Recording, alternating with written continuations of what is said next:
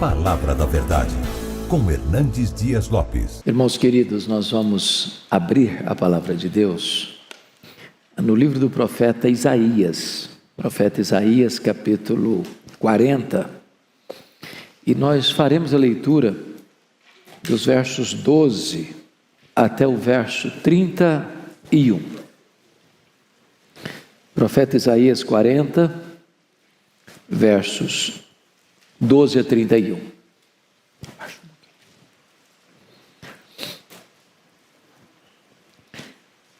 Eu peço que depois da leitura você mantenha a sua Bíblia aberta comigo nesta passagem. Peço só que você perceba um detalhe. O texto todo vai ser regido por perguntas retóricas. Nas próprias perguntas a resposta já está embutida. Então leia com esse entendimento. Ele está tratando da majestade de Deus e ele diz assim: quem na concha de sua mão mediu as águas e tomou a medida dos céus a palmos? Quem recolheu na terça parte de um éfa o pó da terra e pesou os montes em romana e os outeiros em balança de precisão? Quem guiou o Espírito do Senhor? Ou como seu conselheiro o ensinou? Com quem tomou ele conselho para que lhe desse compreensão? Quem o instruiu na vereda do juízo e lhe ensinou sabedoria e lhe mostrou o caminho de entendimento?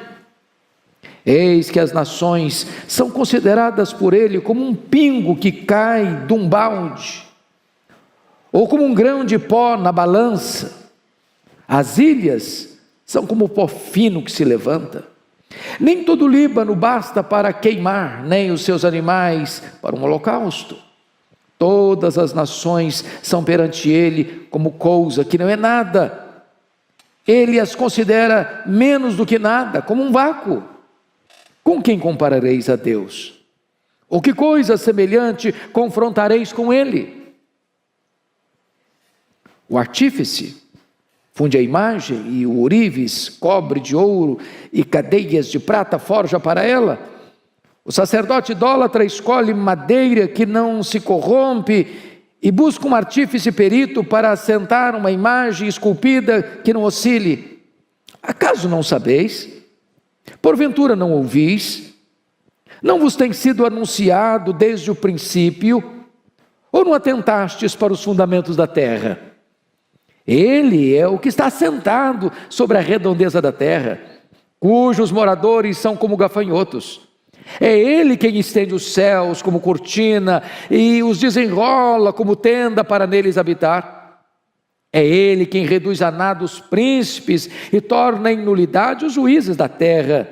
Mal foram plantados e semeados, mal se arraigou na terra o seu tronco, já se secam, quando um sopro passa por eles e uma tempestade os leva como palha. A quem, pois, me comparareis, para que eu lhe seja igual, diz o santo? Levantai ao alto os olhos e vede. Quem criou essas coisas? Aquele que faz sair o seu exército de estrelas, todas bem contadas, as quais ele chama pelo nome, por ser ele grande em força e forte em poder, nem uma só vem a faltar. Por que dizes, pois, ó Jacó, e falas, ó Israel, o meu caminho está encoberto ao Senhor, e o meu direito passa despercebido ao meu Deus? Não sabes? Não ouviste? Que o eterno Deus, o Senhor, o Criador dos fins da terra, nem se cansa, nem se fatiga? Não se pode esquadrinhar o seu entendimento. Faz forte ao cansado e multiplica as forças ao que não tem nenhum vigor.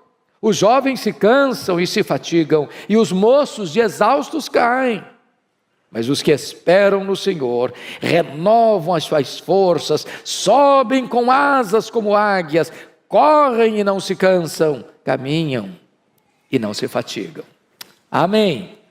Aleluia.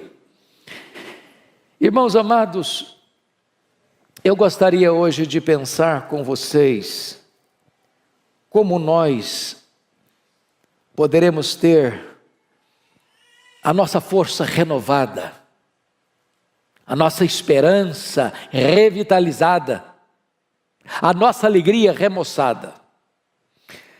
profeta Isaías, ele está tratando aqui da majestade de Deus, da grandeza de Deus, da soberania de Deus. E eu não encontro nenhuma razão mais eloquente do que esta para termos uma igreja viva e uma igreja forte. A Bíblia diz que o povo que conhece a Deus é um povo forte e um povo ativo. A W. Tozer, que foi talvez um dos mais importantes escritores do século passado, ele diz que o maior problema da igreja, e ele está falando da igreja do século passado, e nós falamos da igreja de hoje, é que muitas vezes nós passamos a maior parte do tempo olhando para o nosso próprio umbigo, tomando o nosso próprio pulso. Se nós conhecermos a Deus, prosseguirmos em conhecer a Deus, isso é a própria essência da vida eterna. Foi Jesus quem disse: a vida eterna é esta, é conhecer a Deus e conhecer a Jesus Cristo, a quem tu enviaste. Mas quem é o nosso Deus? Quão grande é o nosso Deus? Quão poderoso é o nosso Deus? Quão digno de confiança é o nosso Deus? Quão digno de honra e glória é o nosso Deus? Pois bem, no texto que nós acabamos de ler, ele vai mostrar para nós a grandeza desse Deus. Primeiramente, notem comigo, em relação à própria criação que existe. Notem, por favor, o versículo 12, o que está escrito: quem na concha da sua mão mediu as águas e tomou a medida dos céus a palmos? Quem recolheu na terça parte de um éfa o pó da terra e pesou os montes em romana e os outeiros em balança de precisão? Ele está usando uma linguagem poética, mas ele está usando uma figura para nós incompreensível. Vejam vocês, mediu as águas na concha da sua mão? Se você pensar no Pacífico, no Atlântico, no Índico, no Mediterrâneo, nos mares, nos rios, pensa o que é isso? Tente esvaziar o Atlântico aí com um baldinho, veja quanto tempo você vai levar. É incompreensível para nós entender que ele tomou a medida dos céus a palmos.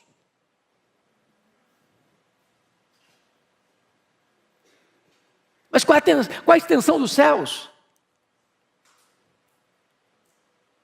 Os cientistas não sabem dar uma resposta. Eles não têm essa resposta. Porque, na verdade, isso é uma matéria em aberto.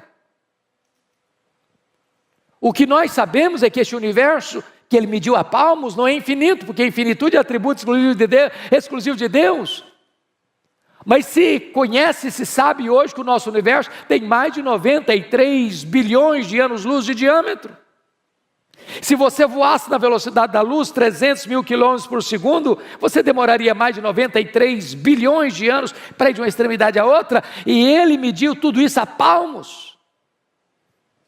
Ele vai dizer que ele recolheu na terça parte de um éfa, não foi num éfa inteiro não. Na terça parte de um éfa, o pó da terra. E pesou os montes em romana e os outeiros em balança de precisão. É incompreensível isso para nós. Mas o profeta está usando essa figura bela, poética, romântica até, para provar para nós uma coisa: o seu Deus é o Deus majestoso.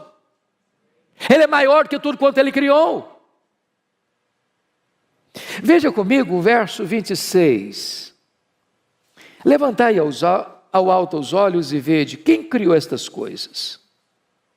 Aquele que faz sair o seu exército de estrelas, todas bem contadas, as quais ele chama pelo nome, por ser ele grande em força e forte em poder, nenhuma só delas vinha a faltar. É outra coisa espantosa, porque os cientistas dizem que tem mais estrelas no firmamento que todos os grãos de areia de todas as praias e desertos do nosso planeta. Ele não apenas criou todas elas, ele batizou cada uma delas pelo nome. E porque ele é forte em força e grande em poder, quando as chama pelo nome, nenhuma só delas vem a faltar. Este é o seu Deus. majestoso, glorioso, absolutamente digno de honra, de glória e de louvor da sua igreja. Mas em segundo lugar, veja comigo nos versos 13 e 14, que ele vai mostrar a grandeza do seu Deus em relação ao saber, ao conhecimento. Ele diz assim: quem guiou o Espírito do Senhor? Ou como seu conselheiro o ensinou? Com quem ele tomou conselho para que lhe desse compreensão? Quem o instruiu na vereda do juízo e lhe ensinou sabedoria e lhe mostrou o caminho do entendimento? Ele está perguntando em outras palavras para nós assim: em que escola ele estudou? Qual foi a faculdade que ele fez? Onde ele fez a sua pós-graduação? Onde ele fez seu mestrado? Onde ele fez seu doutorado? Onde ele fez seu pós-doutorado? Quem foi o professor de Deus? Quem instruiu a ele? Quem ensinou a ele? Quem deu a ele conhecimento? E aqui está algo tão sublime, porque todo saber procede de Deus, toda ciência emana de Deus. Ele é a fonte de todo conhecimento, Ele é a fonte de todo saber. É por isso que nós, povo de Deus, não desprezamos o nosso cérebro, nós não jogamos o nosso cérebro fora. É por isso que nós valorizamos toda a ciência, todo o saber, porque toda a ciência, todo o saber e toda a verdade procede de Deus, porque Ele é a fonte de todo o saber, de todo o conhecimento, de toda a ciência. Nós sabemos fragmentadamente, Ele sabe completamente. Nós sabemos parcialmente, Ele sabe o todo.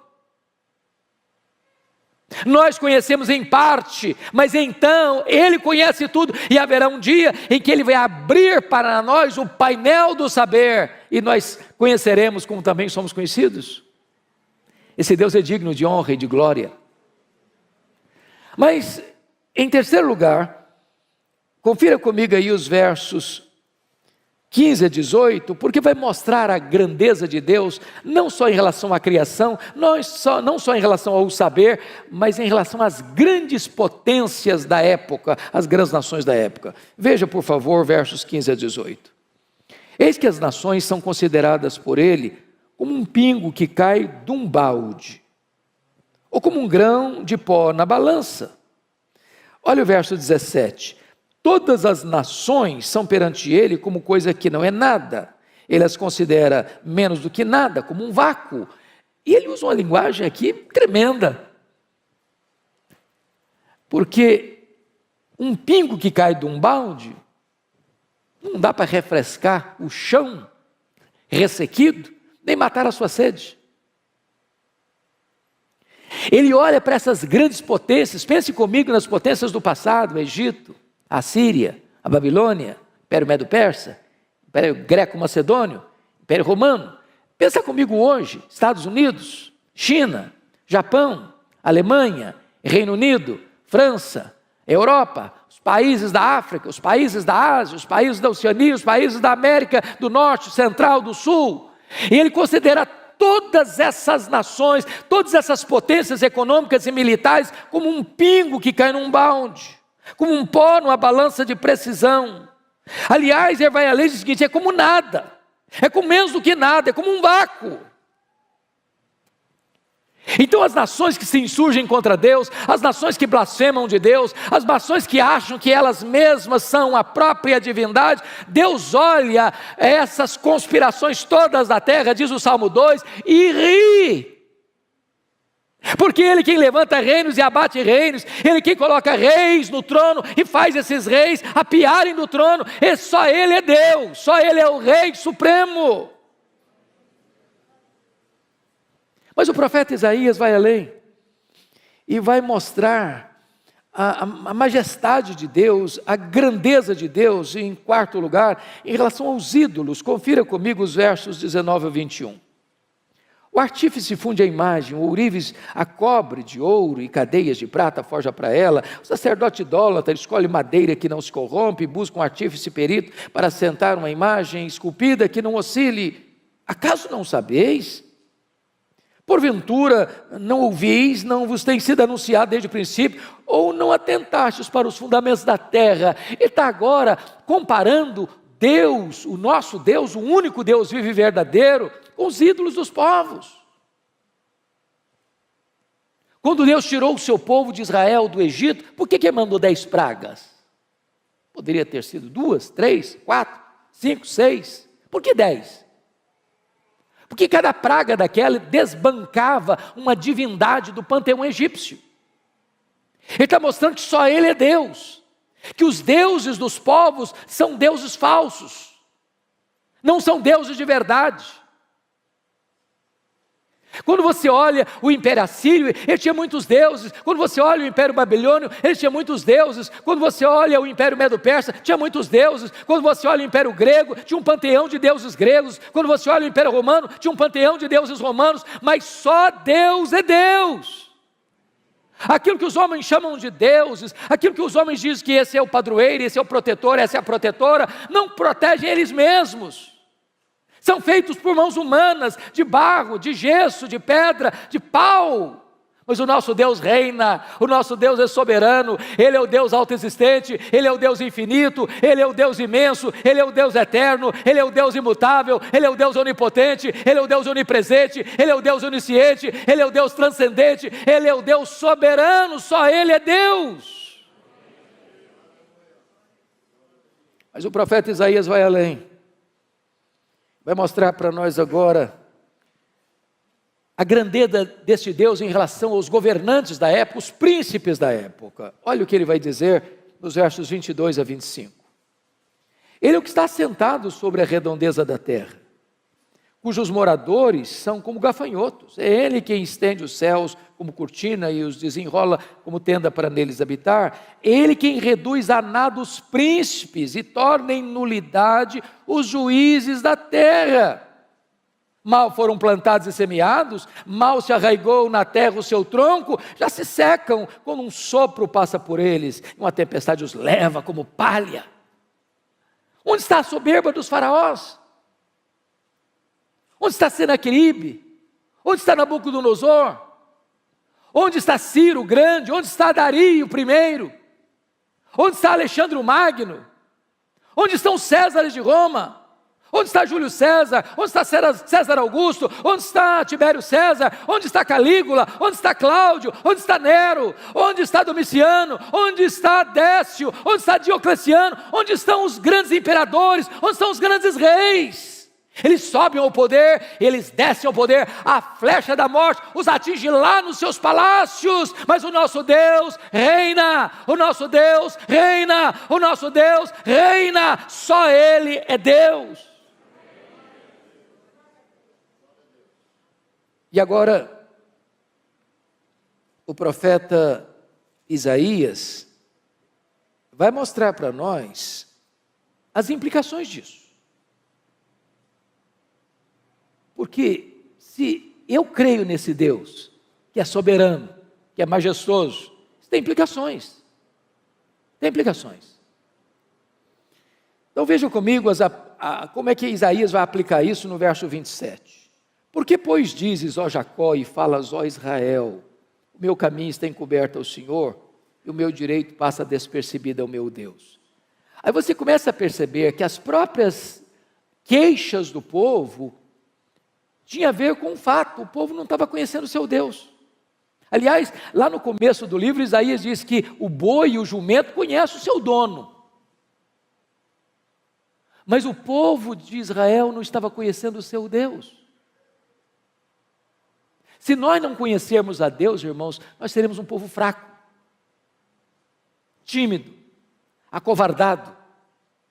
Nos assustaremos com qualquer barulho produzido pelos homens.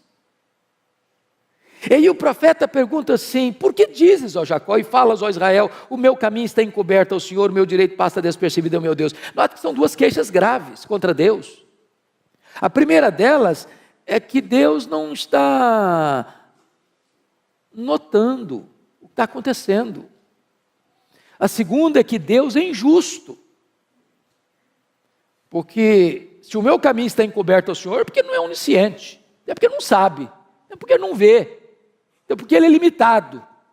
Agora, quando Ele diz aqui que o meu direito passa despercebido ao meu Deus, está dizendo, Deus é injusto, eu mereço e Deus não me dá. Eu estou passando por uma situação que eu não mereço passar. Eu mereço coisa melhor. Eu devia ter coisa melhor. E Deus não está me dando o que eu mereço.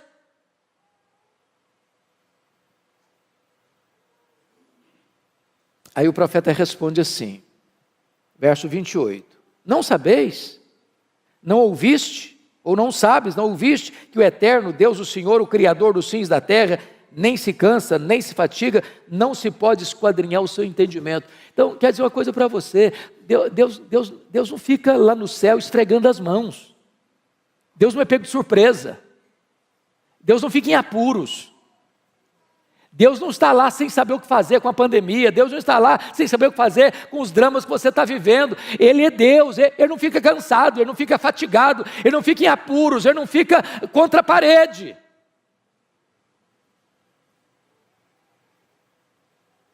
Mas notem uma coisa,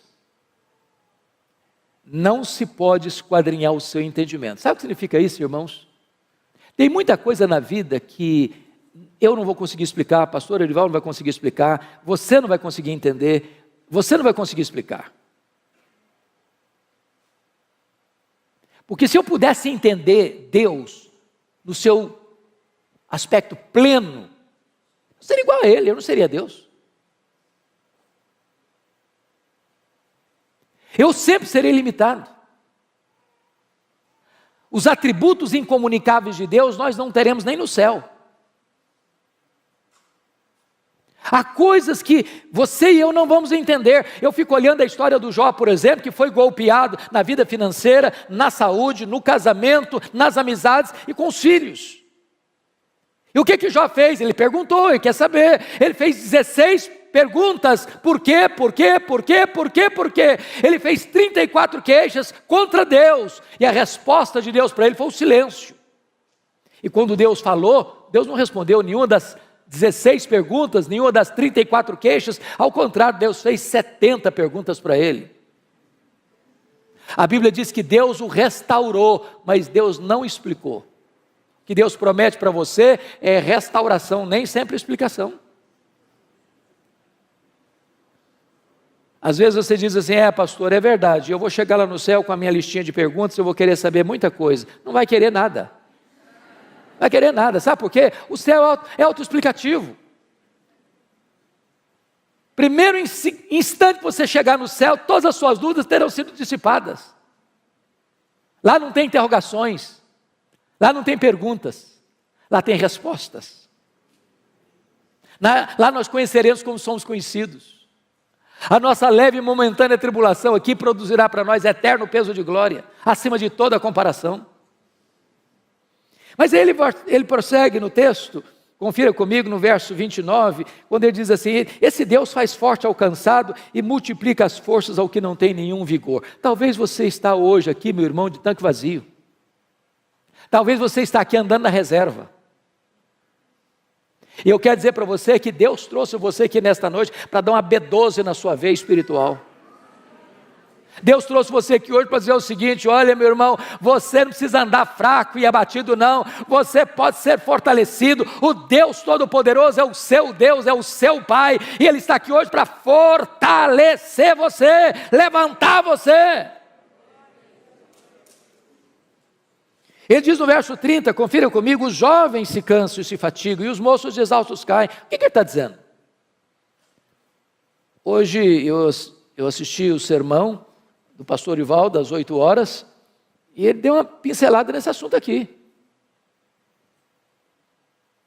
Se você confiar, jovem, na sua força, o jovem tem vigor, ele é forte, ele enfrenta a luta e vai para frente, vai para cima, ele tem força, ele tem vigor. Mas isso é limitado, sabia? Tem muito jovem cansado. Tem muito jovem arquejado. Tem muito jovem fatigado. E é Deus, e só Deus pode multiplicar suas forças, renovar seu ânimo, dar esperança para você. Por isso o texto no verso 31 diz algo sublime, mas os que esperam no Senhor, renova suas forças. Não é o forte na sua força, não é o sábio na sua sabedoria, não é o rico na sua riqueza, é os que esperam no Senhor. Não é o trabalho que você tem, não é a empresa que você dirige, não são os negócios que você tem, não é a tradição da sua família, não é os diplomas que você granjeou nos seus estudos acadêmicos, é os que esperam no Senhor. E aí ele faz uma comparação interessante. Os que esperam no Senhor renovam as suas forças, sobem com asas como águias, correm e não se cansam, caminham e não se fatigam. E eu fico sempre curioso quando leio isso aqui, porque eu li alguns livros de oratória, alguns livros de retórica, e quase todas as obras que eu li, se não todas, nesta área, diz que um discurso precisa terminar lá em cima e não lá embaixo. E se você e eu fôssemos o escritor desse versículo aqui, talvez seguindo as leis da retórica, da oratória, nós mudaríamos os verbos. Nós leríamos assim: os que esperam no Senhor caminham e não se fatigam, os que esperam no Senhor correm e não se cansam, os que esperam no Senhor sobem com asas como águia. Não é assim? Corre, anda, corre e voa. Só que o profeta bota não em grau ascendente, mas em grau descendente. Por quê? Muito provavelmente, porque as nossas forças são drenadas, desidratadas. Não é nas poucas vezes que nós voamos, nem nas algumas vezes que nós corremos. Tem muita gente que não consegue correr mais, o joelho não deixa. Me too. Mas às vezes a gente fica estressado, cansado, esgotado. É na dinâmica da vida, do andar. É a rotina da vida. Levar filho para a escola, pegar filho da escola, levantar cedo e ir para o trabalho, voltar do trabalho para casa. Domingo após domingo, vir para a igreja, voltar da igreja para casa. Essa rotina do andar esgota você. E Deus é poderoso hoje aqui para renovar-nos, enquanto voamos, enquanto corremos, enquanto caminhamos. Mas aqui eu queria aproveitar, amanhã é feriado, Marival vai me dar um desconto, e eu queria olhar por que ele compara com a águia. Os que esperam no Senhor renovam as suas forças como águia, sobem com asas como águia. Por que ele está usando a figura da águia? Por que ele está nos trazendo esse tipo da águia? Primeiro, porque no mundo inteiro, irmãos, a águia é símbolo de otimismo, de força, de garra. E eu queria falar para você que se você espera no Senhor, você precisa ter um otimismo indestrutível. Crente não pode ser desanimado, crente não pode ser pessimista, crente não pode ficar puxando para trás. Ele não pode ficar olhando a vida de óculos escuros. Nós somos como a águia. Há pouco tempo, quer dizer, não, pouco tempo relativo, alguns anos, entrou no meu gabinete uma mulher chorando muito. E quando ela acalmou, eu disse: filha, o que está acontecendo? Ela disse: pastor, eu estava saindo de casa para vir para cá, e a minha vizinha pulou do 10º andar do apartamento dela, do prédio dela, se esborrachou no asfalto. E eu perguntei: mas que conexão tem isso com a sua vinda aqui? Ela me disse: é porque eu estou querendo fazer a mesma coisa, mas não tenho coragem. Eu falei: mas por que você quer se matar? Ela me respondeu: porque eu sou um problema. Eu perguntei: mas por que você acha que você é um problema? Porque o meu pai sempre me disse que eu era um problema. Aí eu saí de casa para me casar com o primeiro pretendente. E o que aconteceu? Meu marido dizia as mesmas palavras do meu pai: você é um problema. Pastor, eu sou um problema. Falei: mas o que você fez? Falei: eu me divorciei dele, me casei de novo. Falei: o que aconteceu? O segundo marido dizia que eu era um problema. Falei: e daí? Falei: eu me divorciei dele, casei a terceira vez. Falei: o que está acontecendo? O meu terceiro marido me diz que eu sou um problema. Pastor, eu sou um problema, eu não mereço mais viver, eu não posso mais viver, eu quero me matar. Eu senti compaixão por aquela mulher e disse para ela 3 coisas. Ela é uma mulher cristã, membro de uma igreja evangélica. Eu disse: filha, 3 coisas eu preciso lhe dizer. Primeiro, você não é o que as pessoas dizem que você é. Segundo, você não é o que você pensa que você é. Terceiro, você é quem Deus diz que você é. Quem você é? Você foi criada à imagem e semelhança de Deus. Você é amada por Deus. Deus amou você e deu o seu filho para morrer em seu lugar. Você é a menina dos olhos de Deus. Nunca olhe para você e despreze você, porque quando você despreza o projeto, você está desprezando o projetista. Valorize, porque você tem valor em Cristo. Em Cristo você é precioso, você é preciosa. Então lute pela sua vida, em vez de desistir dela.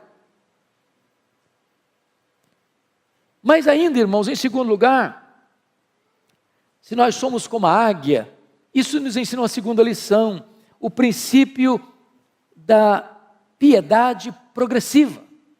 Diz os estudiosos que a águia sempre gosta de voar alto, alto, alto, sempre um pouquinho mais alto. O que significa isso se somos como a águia? Significa que o crente não pode ficar de altos e baixos, de avanços e recuos, em zigue-zagues na vida. Temos que voar alto, viver altaneiramente, pensar nas coisas lá do alto. Nós somos cidadãos dos céus. Aqui nós estamos como peregrinos e forasteiros. Aqui não temos casa permanente. Aqui não está o nosso lar permanente. Aqui não está a nossa pátria permanente. Nós somos testemunhas aqui, mas estamos a caminho da glória. Há uma outra ave que não consegue voar bem, sabia? Os voos são curtos, são baixos e desastrosos. É o pelicano. Mas sabe por que o pelicano não sabe voar alto, não consegue voar alto? É porque tem um papo muito grande. Sabe por que alguns crentes não conseguem voar alto? Tem um papo muito grande. Gente ensimesmada, gente narcisista, gente egoísta, gente que se sente um gigante quando não passa de um pigmeu.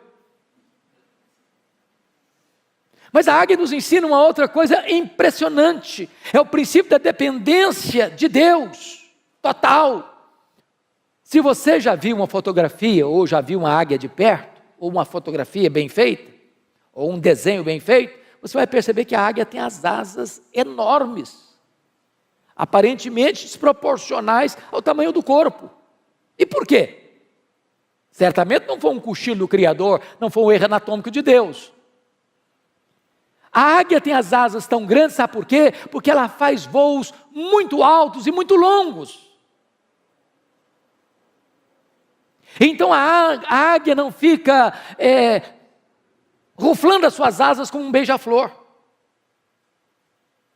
Ela chega lá nas alturas, aplana as asas e deixa que o vento a carregue.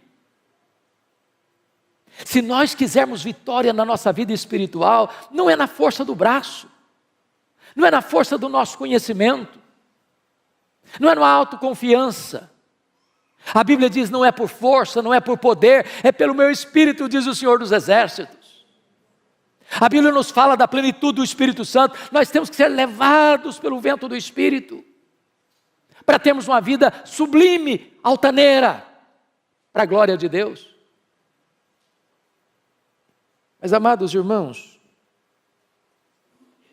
os estudiosos foram olhar a águia e descobriram uma coisa que é impressionante. A águia tem a capacidade lá nas alturas, a 1000 metros, olhar lá embaixo e ter clareza do alvo. E ela faz um voo como uma flecha para atingir o seu alvo. Quando foram pesquisar sobre isso, descobriram que nós temos na nossa retina um dispositivo chamado de fóvea, que nos dá a capacidade de olhar um quadro geral e nos concentrar num quadro específico. Como se eu estivesse olhando para o Arival, pastor Arival, mas não perdendo de vista o auditório. A capacidade que eu tenho de tirar um close do rosto dele sem perder vocês, é que eu tenho na minha retina esse dispositivo chamado fóvea. A águia, os estudiosos descobriram, ela tem 3 fóveas. Ela ao mesmo tempo consegue enxergar um alvo acima, na frente e embaixo. Mas se nós somos com a águia, o que significa isso? Nós temos que ter visão para cima, para o alto, para Deus. Tem gente, irmãos, que é cientista, pós-doutorado em algumas áreas do saber humano e não enxerga um palmo acima da cabeça. Tem um mínimo de discernimento espiritual. Tem gente que se tornou crente, muita gente se tornou crente e ficou uma pessoa assim alienada. Ela não tem mais conexão com a história, ela não tem mais conexão com a vida, ela parece que perdeu a capacidade de pensar e de refletir. Nós temos que conhecer a história, nós temos que conhecer o que o homem está pensando, nós temos que conhecer o que está acontecendo aí fora, nós temos que olhar para frente e discernir o nosso tempo, nós temos que ser como os filhos de Issacar, especialistas no tempo em que vivemos, para não sermos massa de manobra. Mas nós temos que olhar lá para baixo, irmãos. Eu estou chegando hoje de Guiné-Bissau, estava compartilhando com o pastor a dor do meu coração. A dor do meu coração. Eu estive em 2019 em Angola, já fiquei chocado, mas Guiné-Bissau é dezenas e dezenas de vezes uma situação mais crítica do que Angola. A pobreza generalizada. A expectativa da população é ter um prato de comida por dia. Quando a pessoa melhora a sua condição de vida, ela consegue cobrir a casinha dela de zinco, que faz barulho demais quando chove, e é quente demais, e é um país muito quente. Não tem emprego, não tem dinheiro.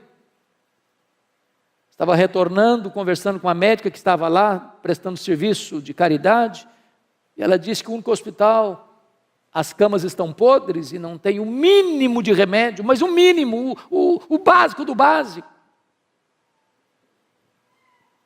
Mulheres, crianças e velhos com a bacia na cabeça, vendendo um pouquinho de pepino, ou de cebola, ou de batata, para conseguir um pouquinho de comida naquele dia.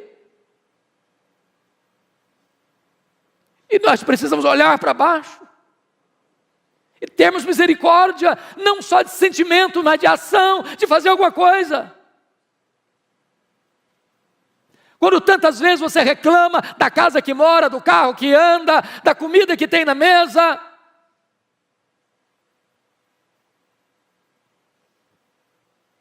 Mas ainda, irmãos, me permita 2 coisas para encerrar. Lá no Salmo 103, versículo 5, a Bíblia diz que Deus renova a nossa mocidade como a da águia. Isso é impressionante para mim. Porque se Deus renova a minha mocidade como Deus renova a mocidade da águia, eu tenho que saber como é que Deus renova a mocidade da águia. E a águia tem uma capacidade de superação incrível. Porque quando ela percebe que ela está com as suas penas enferrujadas, com o seu bico enferrujado, com as suas garras impotentes, ela faz algumas coisas interessantíssimas. Ela se isola, ela fecha a sua agenda, ela para a sua atividade, e ela vai lá para o alto de um penhasco e fica lá, sozinha. Tem hora, amado irmão, que nós precisamos dar uma parada, para saber por que eu estou fazendo o que eu estou fazendo. Não tem nada mais perigoso do que o ativismo, sem reflexão. Deus não nos chamou prioritariamente para fazer a sua obra, Deus nos chamou prioritariamente para andarmos com Deus da obra. Tem hora que é preciso fazer um retiro, não na direção de uma coletividade, mas da solidão, talvez da solidão do seu quarto. A águia, ela mesma tira as suas penas enferrujadas. Talvez é hora de você tirar algumas penas enferrujadas. O pastor já explicou dos pecados. Alguns pecados, alguns hábitos, alguns vícios, algumas manias, algumas idiosincrasias. Que se grudaram, que viraram hábito, que viraram vício. Que é preciso tirar.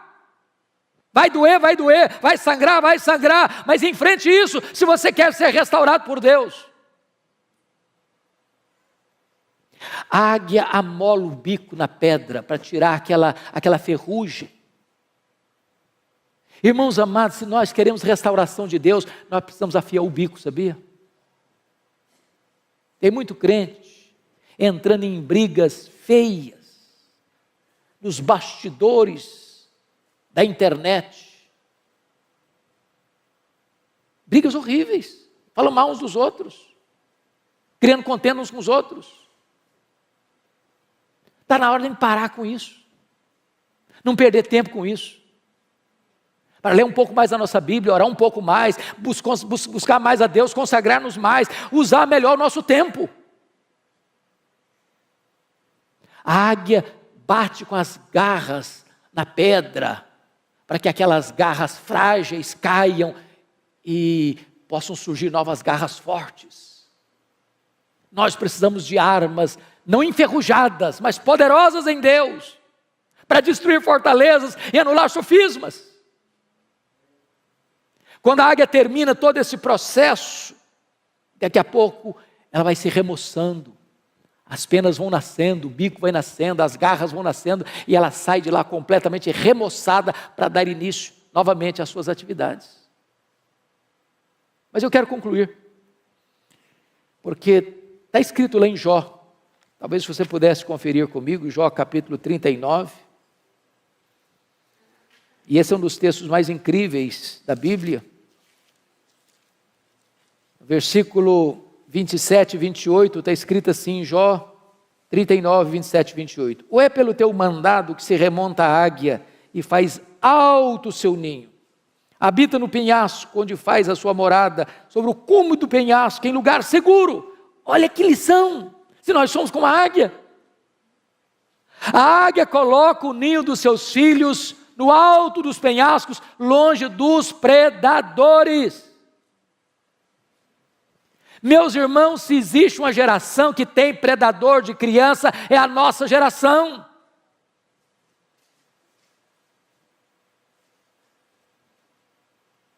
Os carros de sons ficam nas portas das escolas, panfletando meninada. É uma festa hoje, é uma reunião amanhã, é uma proposta hoje, é outra proposta amanhã. As igrejas até recentemente estavam preocupadas com seus adolescentes. Hoje não é mais com adolescente que o povo está preocupado, não. É a idade de 4 a 9 anos, é nessa idade que estão dizendo para o menino, é aí que você vai decidir se você vai querer ser homem ou mulher. Estão querendo destruir a nossa geração de crianças. E nós, pais, precisamos colocar o ninho dos nossos filhos no lugar alto, longe dos predadores.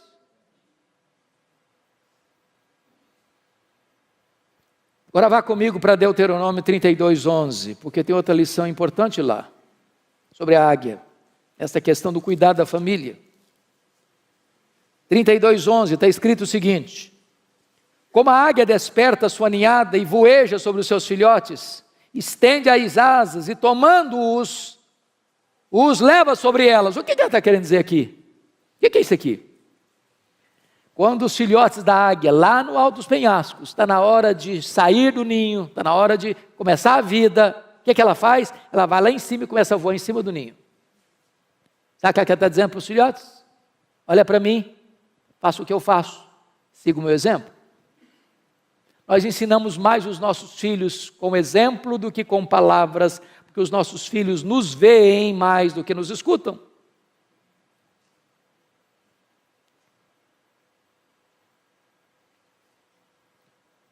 Mas talvez você pergunte, pastor, eu sou um pai exemplar, eu sou uma mãe exemplar e eu estou tendo problema em casa. Eu admito isso. Às vezes a gente tem que pegar mais leve com alguns pais. Porque eu vejo um Samuel tendo filhos complicados. Eu vejo um Davi tendo filhos complicados. Eu vejo um rei Ezequias tendo um filho muito complicado. Mas o que a águia faz quando os filhos não querem seguir o exemplo? Ela vai lá no ninho, tira o capim macio, deixa só os espetos.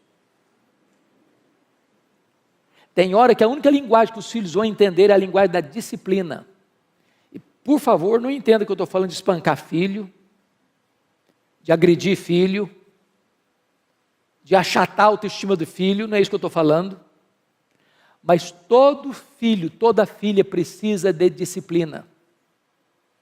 Disciplina é um ato responsável de amor. Todo filho, toda filha precisa de limites. Que horas vai sair? Aonde vai? Com quem vai? O que vai fazer? Que hora volta? Filhos sem limites vão ser o desgosto dos pais.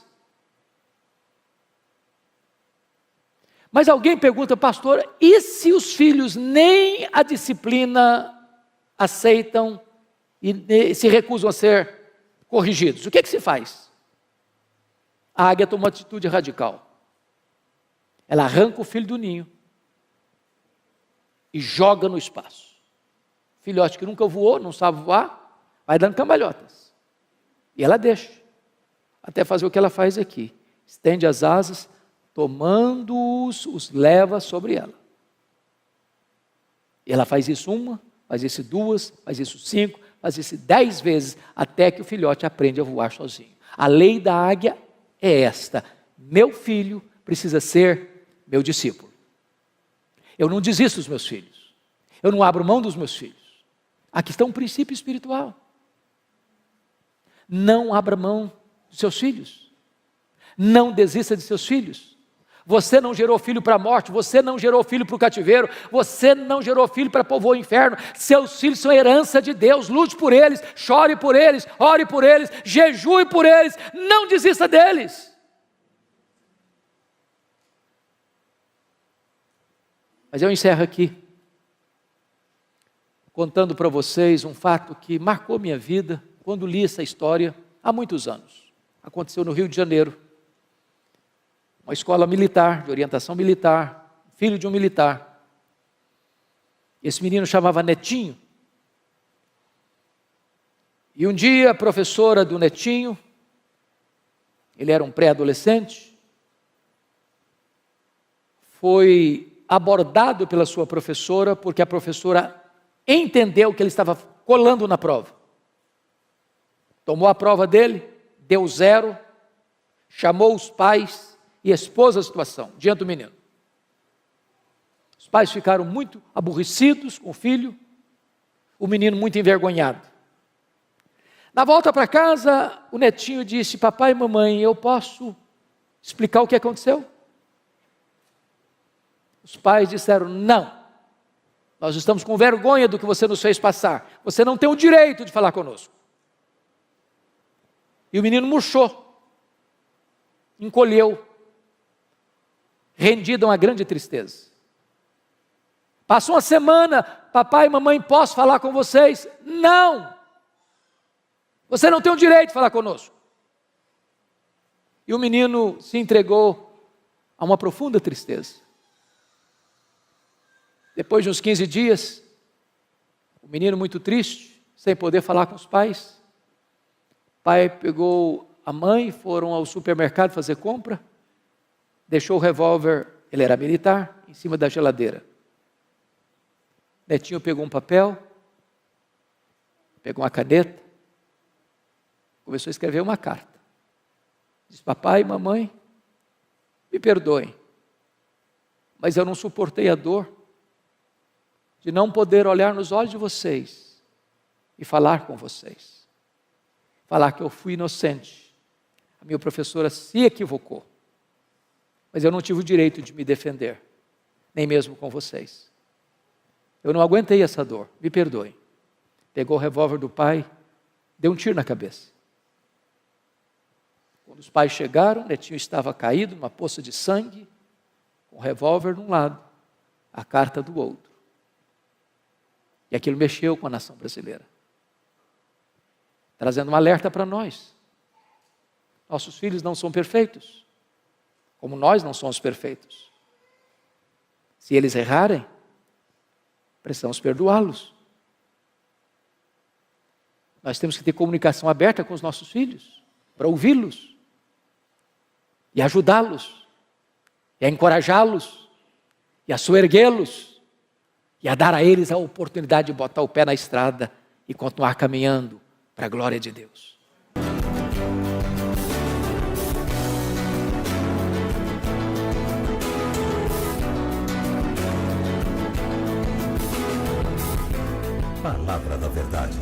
com Hernandes Dias Lopes.